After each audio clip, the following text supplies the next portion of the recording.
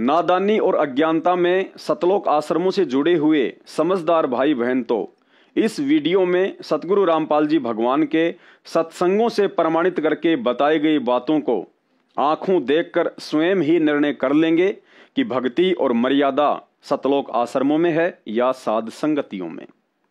परंतु कुछ मंदबुद्धि भक्तों के मन में काल प्रेरणा से यह सवाल खड़ा हो सकता है कि यह पवनदास बार बार कबीर जी की फोटो को ही हटाने की बात क्यों करता है, ब्रह्मा विष्णु महेश और दुर्गा आदि की फोटो के लिए क्यों नहीं बोलता।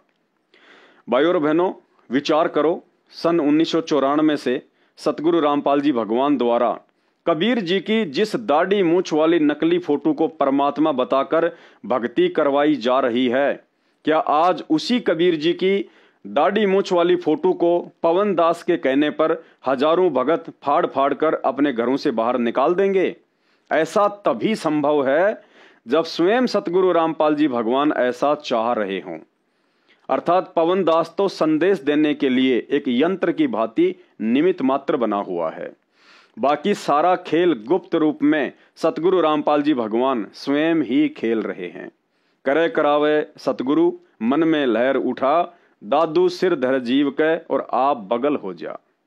और यह सारा खेल इसलिए खेला जा रहा है क्योंकि सतगुरु रामपाल जी भगवान को अच्छे से पता है कि मेरे से यह अनमोल तत्व ज्ञान और सृष्टि रचना सुनने के बाद मूर्ख से मूर्ख भगत की आस्था ब्रह्मा विष्णु महेश या अन्य देवी देवताओं में नहीं बन पाएगी।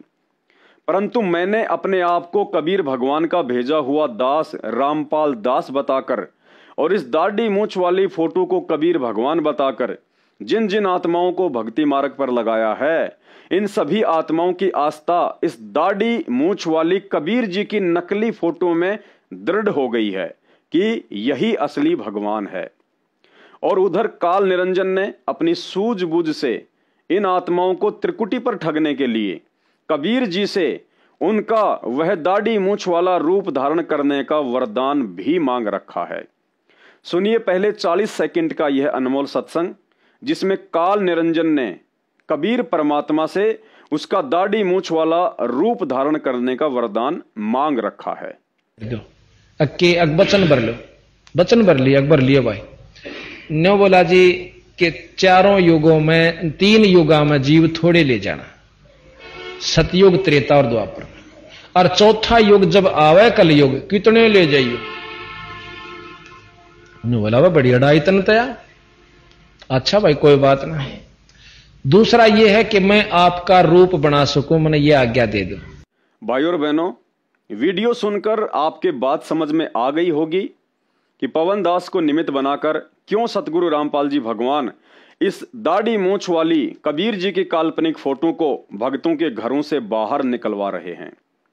क्योंकि संगत की आस्था इस दाढ़ी मूंछ वाली कबीर जी की फोटो से हटकर यदि एकमात्र अपने गुरुदेव भगवान में नहीं लग पाई, तो शरीर छूटने के बाद जब हम त्रिकुटी पर जाएंगे तो काल अपने उस वरदान का फायदा उठाकर इसी दाढ़ी मूंछ वाले कबीर जी का रूप बनाकर हम भगत आत्माओं को अपने पीछे पीछे नकली सतलोक में ले जाकर बैठा देगा। क्योंकि हम तो आजीवन इसी दाढ़ी मूंछ वाली फोटो को भगवान मानकर भक्ति कर रहे हैं। इसलिए त्रिकुटी पर जब यही रूप धारण करके काल आएगा तो हमारे मन में शंका की गुंजाइश ही नहीं होगी कि कबीर परमात्मा के रूप में यह काल भी हो सकता है। सत्संग एक बार फिर से सुन लीजिए। वचन भर लो, वचन भर लिया, अकबर लिए भाई न्यो बोला जी के चारों युगों में 3 युगा में जीव थोड़े ले जाना, सतयुग त्रेता और द्वापर में, और चौथा युग जब आवे कलयुग कितने ले जाइयो। बोला वह बड़ी अड़ाई तन तया। अच्छा भाई कोई बात नहीं। दूसरा यह है कि मैं आपका रूप बना सकूं, मैंने ये आज्ञा दे दो। भाइयों और बहनों, इस दाढ़ी मूंछ वाली कबीर जी की समझे जाने वाली नकली फोटो को आप भक्तों के घरों से हटवाने में मेरा कोई स्वार्थ नहीं है, बल्कि आपका हित अवश्य है। दास तो केवल सतगुरुदेव भगवान की प्रेरणा से अपनी ड्यूटी अदा कर रहा है और करता रहूंगा, चाहे कोई समझे या ना समझे। भाइयों और बहनों, भक्ति मार्ग की एक और अटल सच्चाई सतगुरु प्रेरणा से दास आपको बता रहा है। सतगुरु रामपाल जी स्वयं ही पूर्ण ब्रह्म परमात्मा कबीर देव हैं, इसमें कोई संशय नहीं है। परंतु जो लीला सन 1951 से स्वयं को छुपाकर कर रहे हैं, अंत तक वही लीला करते रहेंगे। अर्थात स्वयं को कबीर जी का भेजा हुआ दास ही बताते रहेंगे। परंतु मनुष्य शरीर में उनकी शरण ग्रहण करके तत्व ज्ञान को आधार बनाकर जो जो आत्माएं उनके द्वारा स्वयं को दास कहने के पीछे की गुप्त लीला को समझकर और आजीवन पतिव्रता पद पर रहकर भक्ति करती रहेंगी, अंत में सतलोक तो वही जा पाएंगी। बाकी आत्माएं भी भक्ति तो आजीवन ही करेंगी, परंतु गुरु को भगवान ना मानकर मात्र भक्ति धन इकट्ठा करेंगी और अंत में काल की गुलाम बनकर यही 21 ब्रह्मांडों में चक्कर काटती रहेंगी। अंत में ज्यादा कुछ ना कहकर आपको गुरुदेव भगवान की एक 3 मिनट की हिसार जेल से आई हुई ऑडियो सुनाऊंगा। यदि आप जरा भी बुद्धि रखते होंगे तो अपने गुरुदेव के संकेत को अवश्य समझ जाएंगे तथा ज्ञान को आधार बनाकर मान बढ़ाई को त्याग कर फर्जी सतलोक आश्रमों से नाता तोड़कर अपने आत्म कल्याण के लिए साध संगति से जुड़ जाएंगे। सुनिए सत्संग और दास को दीजिए इजाजत। अगले वीडियो में फिर मुलाकात होगी। बंदी छोड़ सतगुरु रामपाल जी भगवान की जय हो। बच्चों कुर्बान हो जाओ इस परम पिता पे। ये कोई बच्चों की लेख नहीं है। और परमात्मा कबीर साहब ने कैसी कृपा कर रखी आपके। देखो कहां से आकाशवाणी हो रही है, कहां से आप तक अपने बच्चों तक ये अमृत पिला रहा है।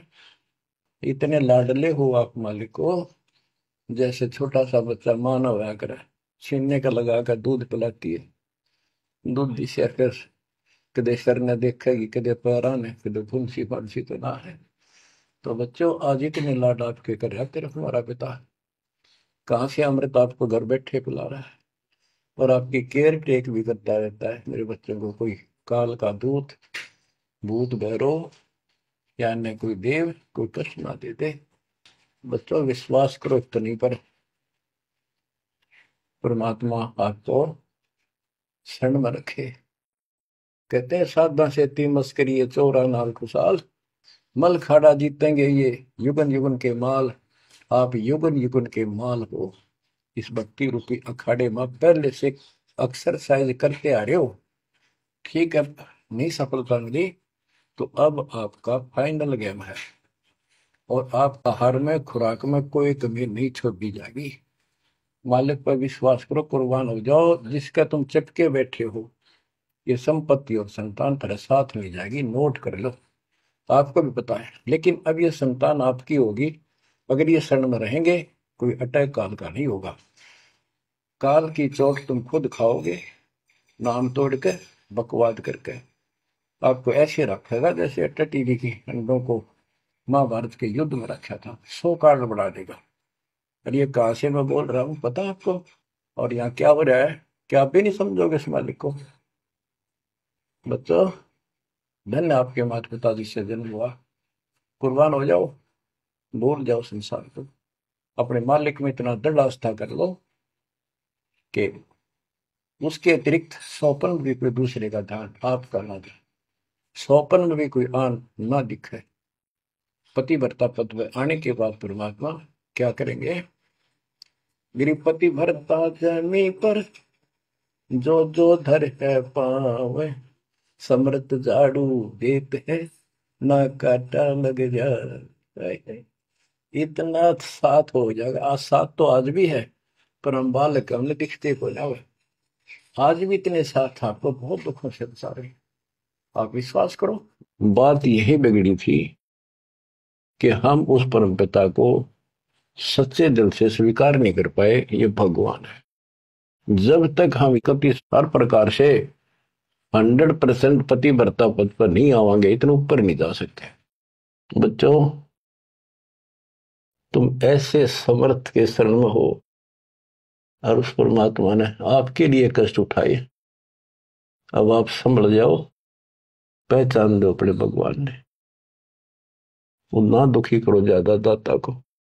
अब आपको इतना योग्य बना दिया है, पढ़ा लिखा बना दिया है, आसानी से समझ सकते हो। परमात्मा आपको मोक्ष दे, आपका सद्बुद्धि दे। आप काल के जाल से निकलो और अपने घर जाओ सत्साई।